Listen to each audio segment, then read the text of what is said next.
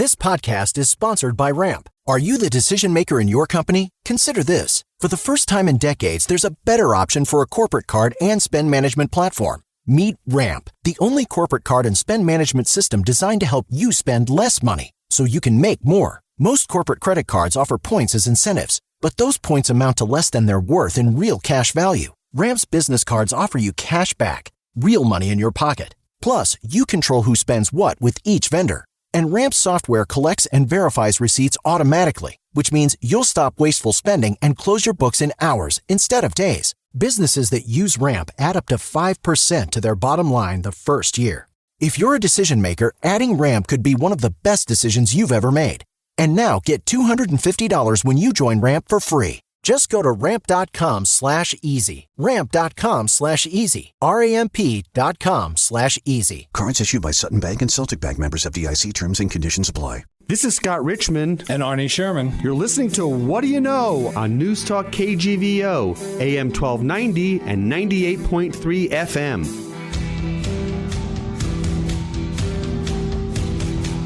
Arnie Sherman, a good Sunday morning to you.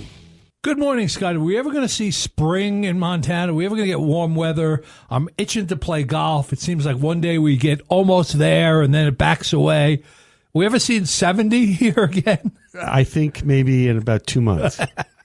It's just crazy. It's crazy. Hey, today we have two of the hardest working women in show business joining us in the studio. We have Heather Foster, who is the president and CEO of the YMCA, Family YMCA here in Missoula, and Melanie Brock, who's been running the fundraising campaign to build a new child daycare facility at the YMCA. And she's also the executive director of the Midtown Association. Yes, she's got multiple hats. These women are on the case 24/7 practically. Did you know that the Family YMCA Missoula is the largest child care provider in the state of Montana? I had no idea. Who would have thought the YMCA would be offering child care, but they are. And they've been trying to raise $15-16 million for the last year or so, and now it's becoming a public campaign. And if there's anything that's needed in Missoula is more daycare for kids. I mean, that for sure is one of the things that always comes up in conversations about what problems businesses are having, sure, or what issues are important to families. Is getting daycare so that working families can actually work. Yep, and I know that you've been very involved in helping to fundraise for the YMCA. Yes, I've never really been involved in a YMCA fundraiser, right? Historically, but I just felt that issue was so important. We've had guests on the show, and we asked them what are the issues that they're facing during COVID. It was daycare. Yep. And it kept coming up. And so I thought this was an issue that cut across every demographic group and every social group and every industry in Montana, the need for daycare. And they're going to hopefully be able to double their capacity and, become, a beacon in Missoula for folks that are seeking affordable daycare. Yeah, this is all this great stuff that's happening behind the scenes to create more infrastructure, more support systems for local Missoulians. And to your point, they are the hardest working people kind of in certainly the not-for-profit sector in Missoula to try to raise, which is an enormous sum, right? 15, 16. For Missoula, that's right. a big amount of money. And, the longer it takes, the more expensive the project becomes because nothing's getting cheaper in the construction world. I think Missoula, the average construction cost is now if you go out and get a quote on even residential and you say, how much is it going to cost me to build a new house? Everybody's quoting you between $250 and $300 a square foot. That's crazy. I mean, that's doubled in less than a decade from what it was. Well, what's nice about this also is it kind of goes back to your roots, right? Like family support systems. That was kind of your first job, right? Yeah, I was working in children and youth work and, certainly providing support, and they provide a holistic program there. I mean, it's more than just youth. They provide from cradle to grave practically at the Y now. Right. In terms of how many people they serve, thousands of people are members, at the Family Y here, and they become more than just a swim and gym operation. I love that. More than swim and gym. Yeah, much more than swim and gym. So, and they have real estate over there. They have space over there to do this whole expansion. Yes. Yeah, they're going to do the expansion and again, new facilities, and they've raised a lot of the money. They still have a bit to go, and there've been a lot of people that have the $5 and $10 contributions all the way up to the multi-million-dollar. The Washington Foundation gave them $2 million, so that was a good anchor for them to get started on the campaign. So I'm anxious to talk to them today and hear where things are and what do they need to do, and how our listeners can help. And this is the first time that we've had the two of them on the show together. Yes, hopefully we can handle the two of them together. I know that's going to be a lot. We're going to have to I'll play traffic cop, and you. I'll try not to have to reach for my checkbook again. When we come back, our guests will be Heather Foster and Melanie Brock. Back after this. Melanie and Heather, how are you doing? I'm doing great on this rainy day. Yeah. So anything going on? No, nothing. You guys been doing anything lately? Nothing. The last year or so? Give us the lowdown. Tell us what's going on with the, Here for Good campaign and the genesis of it and where we are now. We're at an exciting point in your fundraising effort to, double your capacity for childcare in Missoula as the largest childcare provider in the state. Give us the whole rundown on this. Okay. All right. Genesis. All right. We've been talking about a capital campaign at our Y for over a decade. The Missoula Y has been serving this community for over 55 years. And it's time. Most of the facility is original. And the child care center we currently operate is actually in the original YMCA, which was a donated building and is wildly past due for a new facility and a much larger facility.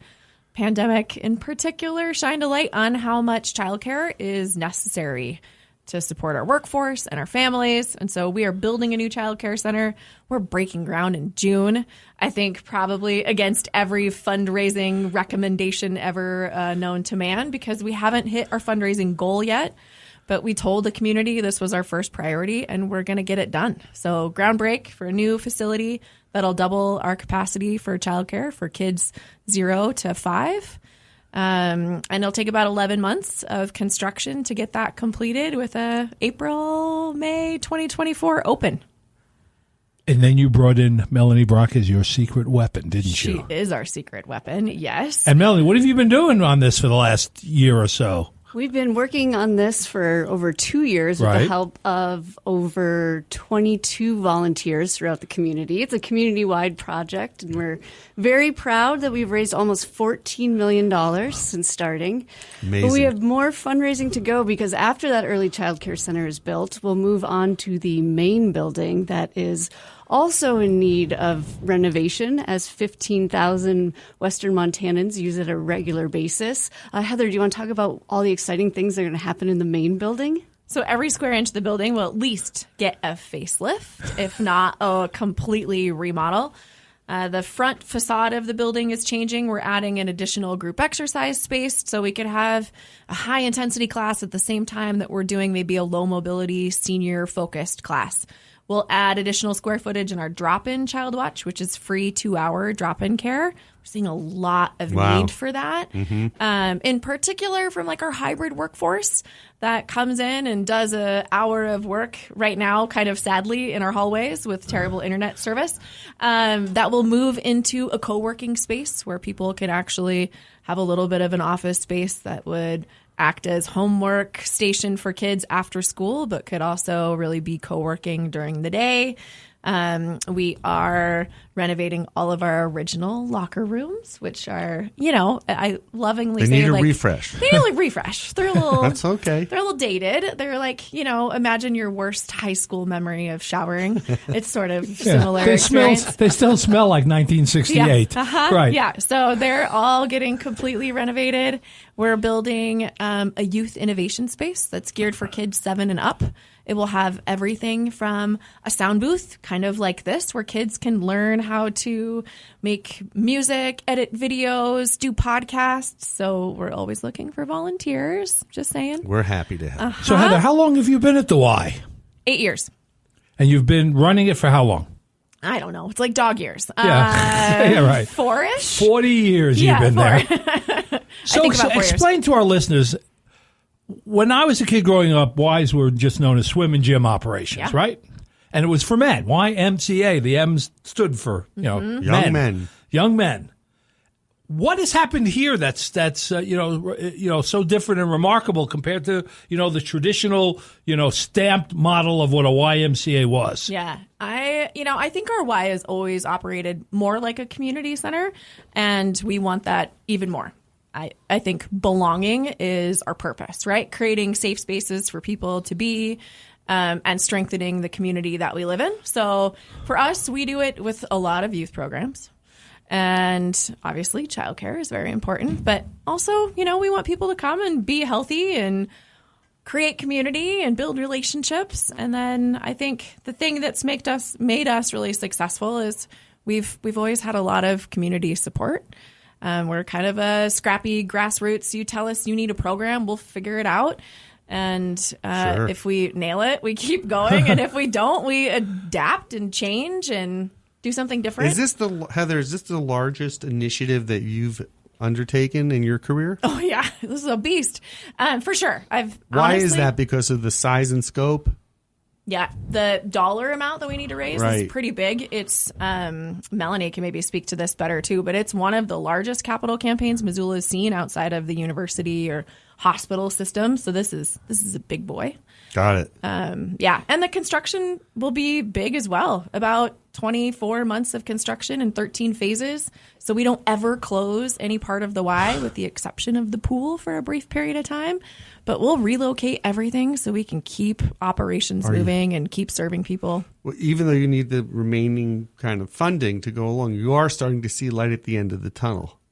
We are. I think breaking ground feels really positive. But we're not done. And I told Mel, I'm like, we're not quitters. So we're just going to keep chugging along. Like, we really want to hit what is now a $19-ish million goal. And that's because construction costs and development costs have just increased since you started, right? Absolutely. 2.5 years of fundraising. The world has changed. We're out to bid right now, so we'll have concrete numbers. Don't be shocked when the bids come back. Don't say that. But, the scope has changed too. Yeah. Like, we started out thinking we would just do a playground, a community playground. Well, the community wants an all-abilities playground. Right? There's not a lot of accessible playground equipment or spaces for kids that have mobility devices. So we changed it. We want to build what Missoula asks for. And now we're going to build what Missoula funds. So this next piece is going to be really important. And as we're getting ready to launch the public effort on this, how many people already now, Mel, have contributed to this? We're at nearly 700 donors, and that includes family foundations, businesses, individuals, not just in Missoula, but statewide, and we have some national funders, too. This absolutely is a community-wide project that Missoula is going to take a lot of pride in. Well, 700 is an awful lot of people to give money. It is. That's a huge campaign. Who's the largest giver? I think the largest giver has been the Washington Family Foundation. Yeah. Yep, they were one of our earliest donors and typically don't give to capital campaigns. So they don't. So that was very lucky and that they're in our community and so supportive. They're going to name the early childcare center. That's great. Yeah. So how does a YMCA, which now, as you've talked about, is a cradle-to-grave operation. I mean, you walk in there, you see people on walkers all the way down to screaming little babies. That's right. So how does a YMCA become a lunch provider or a meal provider? How do you become the largest daycare? Why are you the largest daycare provider in the state? Well, we can't say no to anything, first of all. So I think when we hear there's a need, we look for partners, we look for collaborators, and if we can't find them, then we figure out how to start it. So I don't even know how we began childcare in the early 90s. And it just kept growing. You get more phone calls. Your waiting list grows larger. You lease a new space. You open a new facility. That's how we've always operated. When kids are going home hungry after school, you start serving bigger snacks. I think that's just... How many people you feed a day? Oh, my gosh, a day? Well, we serve about anywhere from 120 to 130,000 meals in the course of a year to kids. Is that crazy, incredible. Scott? Yeah. So I don't know what that math is. 5 days a week. That's a lot. That is a lot. It's a lot. How many families in total are affected? Well, there's 15,000 people that utilize the Y, and that 15,000. 15,000. That can be anything from membership to, we have about 950 kids playing soccer right now. So that number goes across a bunch of different programs. Mm. It reminds me a lot of when we spoke with Watson Children's Shelter, and just kind of like the same attitude of just like, hey, we're going to do everything we need to do to make sure people are taken care of. Yep. Regardless of what position that puts us in. Yeah. So we need your help. Yeah. And that's like Watson's. They bring their kids to the Y. Right. Right. That's a place for recreation for a lot of kids there. And that's why we know it's important. It has to happen. We've been here for 55 years. We want to be here for another 55 years. And this feels like our opportunity to make sure we're building what Missoula needs and wants. How many employees? Oh, God. We have about 350 employees. That's a lot. A lot of young employees. 57% of our workforce is under the age of 22. So we are That's crazy. A large employer at teens, and we're about ready to have a bunch of teens starting. Summer camp is right around the corner. Most of our camps are full with wait lists, and we're going to be training a bunch of 16-year-olds how to care for kids all summer. When you were starting your career, whenever you started your career, both of you, did you ever envision that you'd be doing something like this? Fundraising for a Y? Oh, fundraising, no. I had never asked Supervising 350 people? Yeah. I had never asked for $1 before I started working at the Y. Like, I had never, ever. Did you ever take a course in school called Managing 350 People? No, especially Is there a course? Right.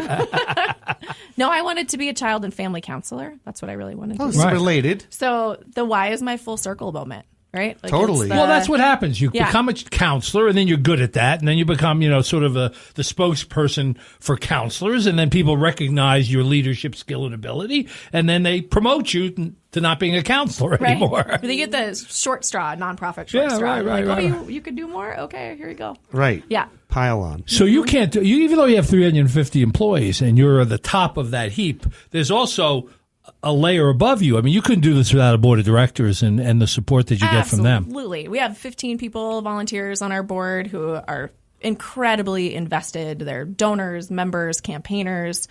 We couldn't do it without our board, and there's just no way. The board is what built this Y in the first place, right? It was sort of the powerful people in Missoula that said we need a place for families and kids to be, and that's how this Y started, and that's how we keep it moving. So on the this past Monday, you launched the Here for Good campaign. So what part of the development of the fundraising effort are we at this juncture? We are full-blown public. 700 sounds like a lot of donors, but campaigns of this size normally have 1,000 or more. Wow. And we know there's a lot of people that haven't heard about it, even though I feel like it's all we do is talk about it. So we want as much public awareness as possible. It doesn't matter the dollar amount. Of course, the bigger the checks, the sooner we get it done. But we want everybody to feel like this is their project. We have a lot of generous listeners who listen to our show on Sunday mornings. That's perfect. And how did you and Melanie get together? Yeah. You tell that story. Well, my babies started their lives at the YMCA Early Development Center there on Russell, the building that will be gratefully tearing down as it's past prime. Right. And why I'm here today is because I did not need to hit pause on my career because the Y had an affordable childcare option that I was able to take my 12-week-old babies, and they got incredible care. They are social extroverts because of that incredible first beginnings. And then we've since done summer camps and after school, and we work out there a couple of days a week. We are absolutely a Y family. And when I'm just looking at how can I make an impact in my backyard, this project is one of those once in a generation a project that changes and affects so many lives as we all find something at the Y, whether your kids are in youth sports or grandma is involved in the yoga classes there. There's something for everyone. So if you're listening to this and you want to go to YMCAHereForGood.com, you can support this too. Well, you both know what's going to happen now when you're right around, you're rounding the corner. Someone's going to, once you've completed this, and like I always say, this is a road that has no end. But at some point, someone's going to tap you into both of you and say, here's a bigger project to work on. Have people reached out to you at all and said, I love what you're doing here. We want you to help here? I think every builder in town wants us to put a childcare in their facility, which is great. Satellite. We're super interested in that. But this right now is the priority, right? Like before there's ever an opportunity to expand or look at different locations. I get calls from Kalispell, I bet 3 times a month. You're kidding. And what's the nature of the call? Everybody wants a Y. They want a community center. They want some sort of place for kids and more youth programs. And well, they want the programs in particular. They don't need a building. Sports. They need programs. Yep. You know, just like you mentioned, you had your 12-year-olds and they've moved into the other programs that are there. Mm-hmm. You're filling a need. Yep. You know? As an employer, you hear that all the time. Working moms, working dads needing childcare and affordable childcare. Convenient. Well, plus it's all the other things that are being offered in terms of social and educational and vocational and I mean the whole gamut. Well, it reminds me of that conversation we had with the public library, this new beautiful public library, and just all the support programs they have too for families. Right. Well, they got First Family up there on the second or third floor. They're doing so. Well, Missoula has a long history, as we all know, of having a lot of not-for-profit agencies that are trying to meet community needs for a town of 80,000 people. I mean, you have 15,000 members. Mm-hmm. I mean, that's 20-something% of the town at one point or another. On the other hand, I do have to say to you that even though it's like every day, you live this, there are lots and lots of people who have no idea what's going on, no matter how much you publicize it. There are people that are wandering around that just drive past it and never look at aren't on the mailing list, don't turn on the radio, and they don't know what's going on. Yeah. It's just the nature of the way, so many media streams out there and so many, messages that are being communicated that you just focus on the ones you like. I've given many tours to people that grew up in Missoula that have never stepped foot in the Y. Right. So it's pretty incredible. Right. Well, sure. And do the folks that are benefiting from what you're creating at the Y, are they aware and do they acknowledge the fundraising and the campaign that's going on? Are they like, hey, I see what you're doing? Like, do they give you is there acknowledgement of the efforts? For sure. We definitely hear from people how excited they are about certain spaces. Sure. Everybody experiences the Y in their own sort of bubble is what I've kind of learned. Sure. Some people are Y families. They start in childcare. They do youth sports. They are members. They're fully invested in all of the scope of our services. And then other people are like, it's just Y basketball, or I learned to swim at the Y and that's my only experience. So most people kind of come in with a lens of how do I utilize this space, or how does my family interact with this space, and how are you going to change it in the places that matter to me? It's also important what you said before, which is these are individual people and families that are using the Y, but then also groups. You had said that Watson's uses and works with the Y. And others. What other groups around town are kind of in cooperative relationships with you? Yeah. So most of the youth serving organizations, so, Watson's, youth homes.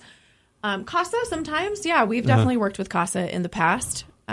We've done joint fundraising efforts with Boys and Girls Club. Mm-hmm. The Boy Scouts do some badges at the Y. The National Guard does most of their training at the YMCA. So there's a lot of different groups that access our facility, Special Olympics, ORI. And how do you, in a time when people are so polarized and kind of they choose sides politically in terms of where they sit and stand and how they respond to different efforts, how do you keep it apolitical? Yeah. Well, first of all, I think our motto is to be all things to all people, which is a terrible business plan, right? Right. For us, I think it's about belonging, right? It's that simple, and we want to create spaces where everybody feels like they belong, and I think common ground really matters. And you can find common ground at the Y. Politics, we try really hard to stay out of that space, but we want everybody to feel safe. That matters, right? Like child abuse prevention is a big part of all of our training for every single staff person that works at the Y. We went through a period of time where we stopped showing news on the TVs and started playing a lot more videos of puppies playing in the cats. Yeah, right. But it is about getting to know people. I think that's all that matters. People are people. I agree. And now, in 2024, right? We were just talking about this the other day. The political, all eyes are on Montana in 2024 with gubernatorial, House and Senate, and presidential, right? And will the Y become a platform for different candidates to talk about what's going on in the community? Not even mayoral? We have hosted community events. We have some big space, so like our gym, but it's either everyone or no one, right? Okay, like inclusive. It would be a community forum where everybody would show up. And if I were to be really honest, like we're so busy just caring for the kids and the families in our programs that I feel like there are other people that are much better positioned to be the neutral space than us. So you're a very easily accessible facility. You offer all these programs. You open all the time. What do you do about homelessness in the community? And security in the building? I mean, how do you address all that, which has become a growing issue over the years? I think Midtown, we might be a little lucky, potentially. We haven't had a ton of experiences that are terribly negative. Behavior matters in our Y, so we make sure that people are safe. No guns. Nobody can be impaired actively. Guns. No guns, right? No weapons in our facility. All of that stuff is just general rules. Please, really. Leave it at home. Every Y member is background checked. It's a part of nationwide YMCA membership. Everybody goes through like a SVO search and check. And it's because we serve so many kids, we have to create spaces that are really safe and protected. But we don't really run into that a ton. And I do think it's probably a Midtown Wait a minute, location. But your partner in crime over here is trying to create 1,000 new residential units in Midtown. Is that the number, Melanie? Yeah, we're hoping 1,000 to 2,000. 1,000 to 2,000. So now talk about capacity needs. You're going to have to, once you build and expand, you're going to need more. Potentially. I think. And you do this with a smile on your face. Most people would be freaked out by it. Like, I need a new job. I need to get out of here. From ear to ear. Yeah, smiling from ear to ear. Yeah, we can serve more people. You bet. I love it. What a great attitude. I know. It must be happy pills they give out at the YMCA these days. It's a pretty good place to work. Our guests. So let's just do a quick idea. Our guests are Heather and Melanie. Heather from the Y, Melanie from Midtown, but also helping with the Y in her fundraising efforts. She's a dynamo, by the way. I had coffee with her the other day. Boy. Powerhouse. Yeah. So two powerhouse leaders of community here. But so much is going on here, right? In this room right now with what you guys are involved in. Do you have your peers? Do you have other peers around town that are kind of experiencing similar types of initiatives of this size? Not really, right? This is definitely the biggest nonprofit undertaking, but this is also one of the largest nonprofits that employs the most Missoulians, it serves the most Missoulians. So the scale of this project is to match our growing community. Right. Heather does not want to go back out in 6 years and say, we didn't do this. We didn't do enough. Our parking lot's not big enough. Our gyms aren't adequate. This is the YMCA's moment in time, and they were saving for years for this. They put in the first $1 million of the $14 million raised. So Missoula wants to see this project happen, and I think that the early money in shows that. One thing I want to make sure everyone knows, because we're going to be so excited to see all the construction start in June, that main building, all the remodel there, it's not fully funded yet. And it's the main building improvements. The adult programming helps subsidize everything we do to serve young families and young kids. Heather, can you talk about your financial assistance program? Because it's what makes the Y different than almost anywhere else you could plop your kid down and go to work. So the Y, 3 pillars, right? Youth development, healthy living, and social responsibility. All of our work fits under one of those buckets. Social responsibility for us means that we want to create a level playing field for everybody, and we do that as a charitable nonprofit. We're a 501c3. Our board of directors and a bunch of volunteers, including our staff, go out and fundraise every single year to raise about $300,000 to $350,000 a year for community subsidies, financial assistance. Wow. And we give out about $700,000 a year. We have a lot of programs that we subsidize. We have many families that access financial assistance, whether it's for childcare or after-school programming, summer camp, membership. access to health and community right. really can change the game for families. So it is an important part of who we are, and I think what makes us different. There are great childcare providers and after-school providers and youth sports and health and wellness facilities. I don't think anybody does everything we do under one umbrella, and if they do, they definitely don't do it and say, and if you can't afford it, we'll help you, right? That's the most important part, really, because leave anyone behind. The biggest complaint about childcare, daycare, is how much it costs. Absolutely. And you have, I guess, what used to be called a sliding scale, I guess, for people. We do. We use sort of our own financial assistance grid for families. Super easy, one-sheeter, fill out your income, and then there's financial assistance based on whatever program you're participating in. So you talk about 350 employees, 57% of which are under 22. Mm-hmm. Where do you get your people? Oh my gosh, we recruit from everywhere. For sure, the high schools. Sentinel High School is right behind us, which is great. That's perfect. Luckily, I had 2 kids going to Sentinel, so we did a full court press. Nice. Trying to get as many kids as we possibly can. Word of mouth. A lot of people, it's recruit a friend. Right. And what about the professional, the full-time, all year round? Yeah. I mean, you have a number of those folks that are working there as well. About 55 full-time staff. A lot of them are in childcare. Mm-hmm. We really are trying to change the language around childcare. It can be a career. I think everybody is changing their wage scales to make it have more of a living wage, and it's really important work.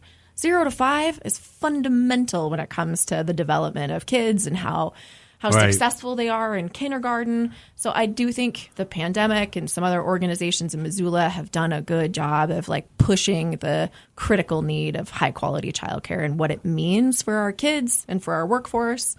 So that's where a lot of our full-time staff, and then we have professional staff. We have a team of about 15 leadership staff that run everything from summer camp to aquatics. I mean, we're one of the largest providers of swim lessons in Missoula. We run programs like Active 6. Every 6th grader in Missoula gets a free membership to the Y. And running that kind of youth program requires a full-time person to get that done. So, do you have a right-hand person, beside Mel raising the money and stuff, do you have a right-hand person that oversees sort of like a chief of staff for you? Yeah, Carrie McHugh is our COO. And she does all sort of operations, oversees camp and membership, aquatics, youth sports. So absolutely couldn't do it without her. She's like my work wife, right? You need that person that you can really rely on, that you can count on, that can fill the gap when you're not there, vice versa. Are you, with the influx of folks moving from out of state to Missoula, are you seeing a lot of new families, new faces that you haven't seen before? Yes, yeah. And what's fascinating is people come from communities where they have had an experience with a Y. Sometimes it's really good, sometimes it's not as great. But there is something about being a part of a global movement with the YMCA that, can attract people to show up at your door when they first move here. And so we do. It's an amazing, it's a great attribute and kind of calling card for Missoula to say they have such an active Y and an active university and an active boys and girls club. I mean, that's important. Absolutely. So you're always on. Every time I've ever seen you, you're like the Energizer Bunny. So what do you do to rejuvenate? Too. I like to bake. Therapy baking is my favorite thing ever. Yeah. Spend time with my family. I can't wait for the rivers to come down and the weather to be nice. I love to go out on the raft and read a book while my husband fly fishes. It's not that cool. That works. So, yeah. Yep. That's how. And what about professional development? I mean, how do you stay on top of all the trends and all the changes? I mean, you're taking on new programs that require expertise. So you don't necessarily have to have that expertise, but you need to know about what the programs functionally are engaged in. How do you get that expertise? The Y does a pretty good job of having, we have sort of our own version of Facebook, right? We have a national platform where you can access and communicate with everybody across the country.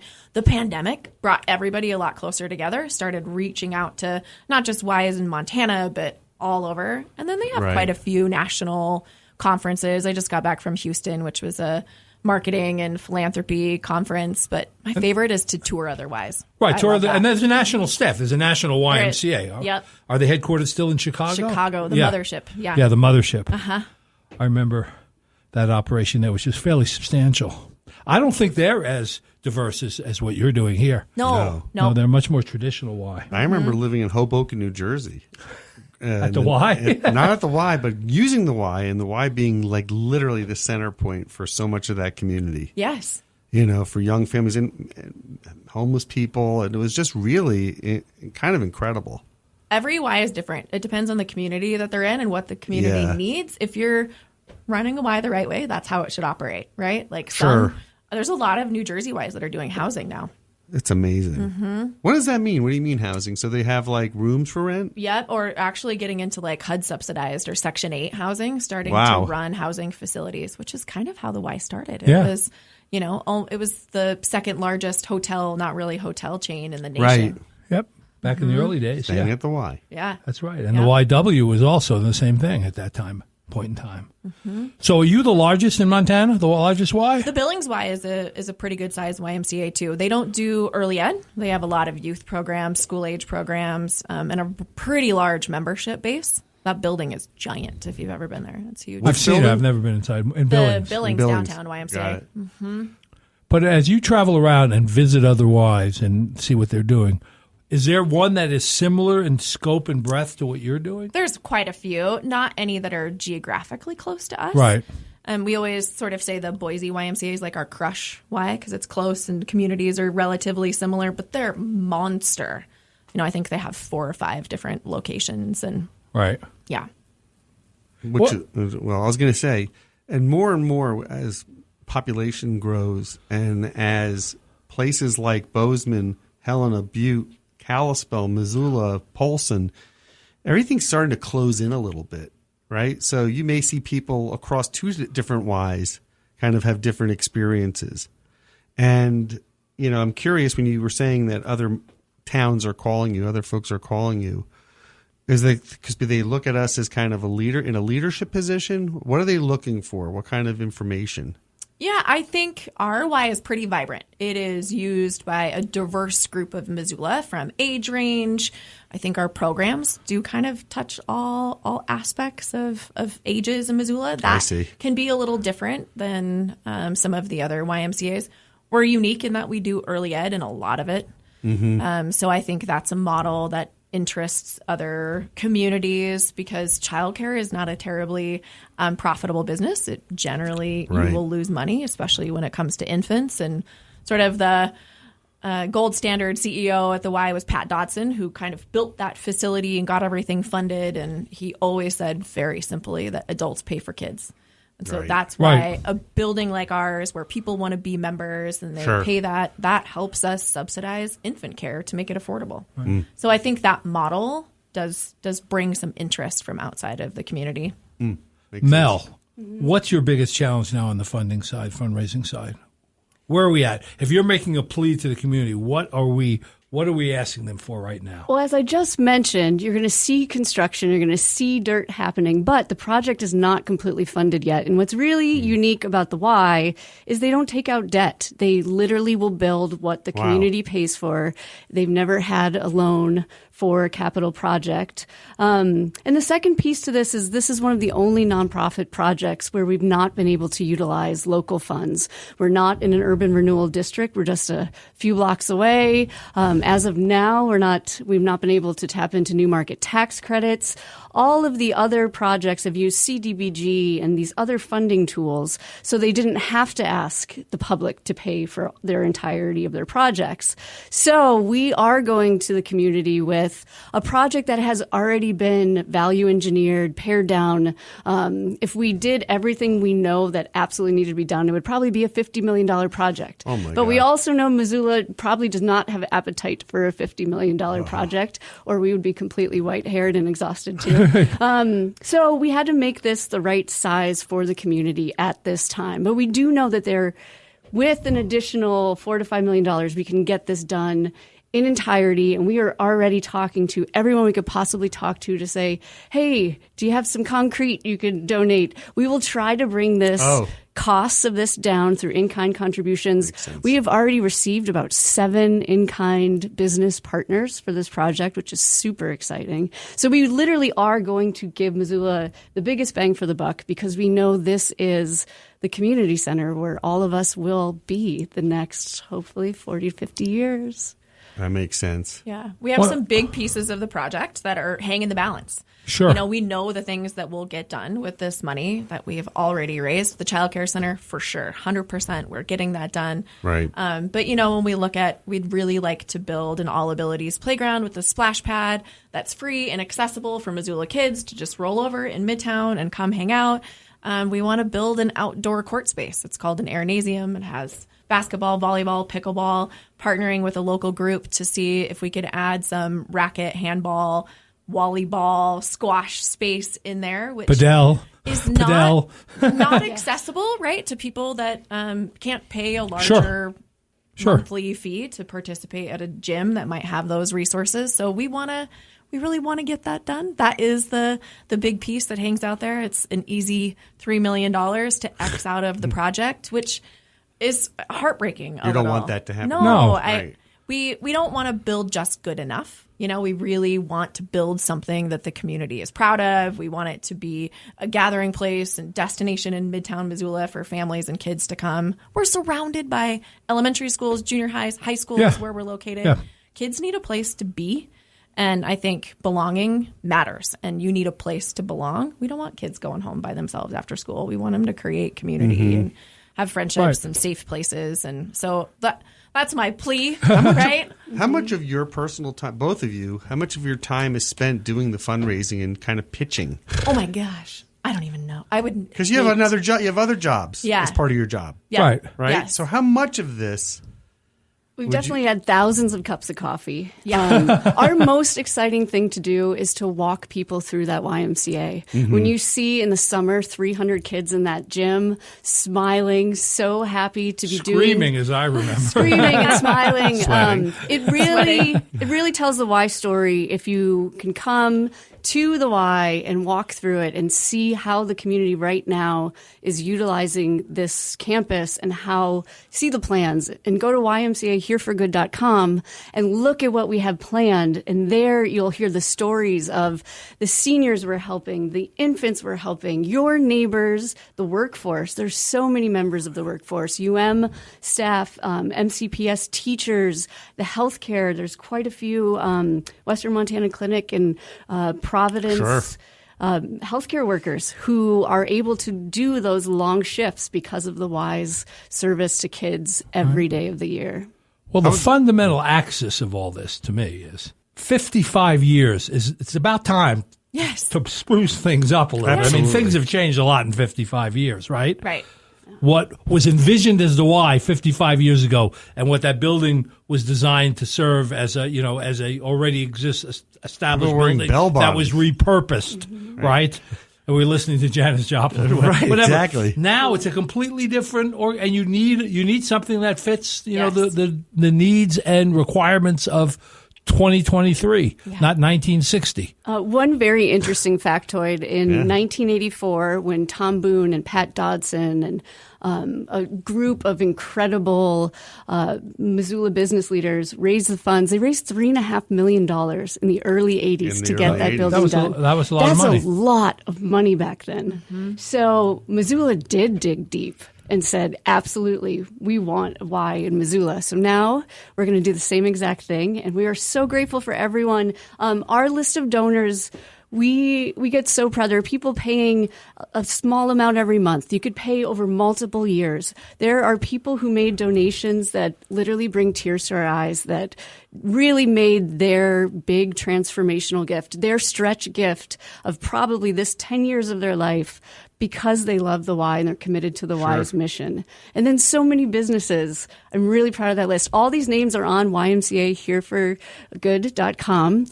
If you want to go onto the website, and it's a list that shows that. Well, I would imagine you, in your role as the ED of Midtown, also use the Y as a shining example of why folks need to relocate their business in this great district, correct? Absolutely. My other hat is with the Midtown Association, and this is one of the biggest redevelopment projects happening in this decade. What's also going on at the fairgrounds with that butterfly house. We are in an underserved youth neighborhood, an area where we know we have a concentration of low-income families who will benefit from all of these great amenities that aren't changing property values. Like, we've been very deliberate in making sure everything's accessible and affordable. Right. Well, it's not just helping low-income families; it's helping the entire community. Yeah, absolutely. Right. You know, by raising everybody's boat, you know, you have a good community. It's why I contribute to every school levy. You know, I don't have anybody in school, but I don't want a lot. You know what's good for the community. I don't want a lot of dumb people living around me, right? I want a smart community, so I support every school levy. And the same thing here. People should be supporting this because they want well-rounded, socially adjusted, you know, motivated, you know, young people, and this is one of the big resources that helps that happen here in Missoula. And we're thankful to Arnie. Full disclosure, he has been on this fundraising committee. He is one of the 22 volunteers he's been knocking on doors and bringing the profile of this campaign to the public, and we're so grateful for him. You know, trying. I usually don't get involved in these. I was going to say, how did you get him involved? How did that happen? Because I felt that the fundamental mission of this, of doubling childcare and daycare, was extremely important. Right. You know, and they're the best provider. And not everybody town. has that view, Arnie, of their community the way you do. I mean, to your point, you don't have kids at school. How has the university been supportive and involved? Because that's one of the biggest employers in the whole town. Yeah. We've always kind of partnered with the U. They were partners in our Active 6 program when that all started. But we're building a space called the Youth Innovation Space. Kids 7 and up is a weird age at our Y. We actually don't have a lot going on for them in our facility. It's something we identified as a staff team. We've heard a lot from the community. Once you're 12 and older, you can use all of the equipment upstairs. We'll teach you how to use it. But you age out of that drop-in free childcare at about 7, and then there's not a whole heck of a lot going on. So we really partnered with the U, a couple other tech industries here. We're building a youth innovation space that will have everything from like gaming and computer sciences, partnered with the e-gaming team at the U, which there's like 600 kids doing that right now at the university. Let's take a quick break. Our guests are Heather Foster from the YMCA, Melanie Brock from the Midtown Association and YMCA Fundraiser. Back after this. Arnie, we are back with Heather and Melanie. In our remaining minutes, I want to focus in on how you can contribute, what you contribute to. I love the Name the Locker campaign, so I want you to talk about that. And then give them all the contact information so that our listeners can reach out and show their love and support. We need $5 million. We're never giving your kids the back. The answer is a number. $5 million. That's the one thing I'll say out loud, which makes me sweaty when I say it. But that is the gap that we are missing, which allows us to do this big community vision that we've been working at. Right. Ways to contribute. Melanie mentioned there's multi-year giving, which does allow people to make a little bit more of a stretch gift. You can spread it out weekly, monthly, biannually. Any way you want to slice it, we have the ability to do that, and we're going up to a 5-year pledge. We also are doing, every campaign has kind of your buy a brick traditional model where you can really get community excited. We're doing buy a locker. We have a lot of lockers in our YMCA, if you could imagine, between locker rooms and express lockers. That Airnasium will have locker spaces. You have the opportunity to put your name, the name of a loved one, dedicate it, whatever you would want to do, your book club, your racket league, your whatever it is. Mahjong. The name Mahjong. Mahjong. Yes. And how much do those go for? $1,000. $1,000, you can have your own locker. Yep. Absolutely. If you're a Did you donor, put golf clubs in that one? No. Lou Reed. We could have a Lou Reed locker there. if you're a donor that's given to this project, we could ask you could consider to add an extra year to your pledge. Nice. Something like that really does make a big difference for this campaign. Well, there's a lot of ways to get involved. And all of them are at ymcahereforgood.com. Here for good. Hereforgood.com. Right? And phone number? It's right on ymcahereforgood.com. Or 721-YMCA. 721-YMCA. And when you called, you get the YMCA song? No, but maybe I'll implement Somebody that has if co-opted somebody- Right, I know. That's for sure. Yeah, he's done a heck of a job. Yeah. Anyway, this has been a delightful conversation. Thank you both so much. Thanks for having us. Scott, we'll see you next week. See you next week, Arnie. Thank you for listening to What Do You Know? I can't wait for the next show, Scott. I'm excited too, Arnie. If you'd like to suggest a guest, send me an email at scottrichmond@townsquaremedia.com. We'll see you next week. And thanks for listening to Newstalk KGVO. Swimsuit? Check. Sunscreen? Check. Phone charger? Check. Don't forget to pack the 5-Hour Energy. It fits great in a pocket or carry-on, and the alert feeling will help you arrive ready for anything. Now get 20% off when you use code 5HETRAVEL at 5hourenergy.com. Expires April 30th. One-time use only. Not valid with other discounts. Remember, visit 5hourenergy.com and use code 5HETRAVEL to save 20%.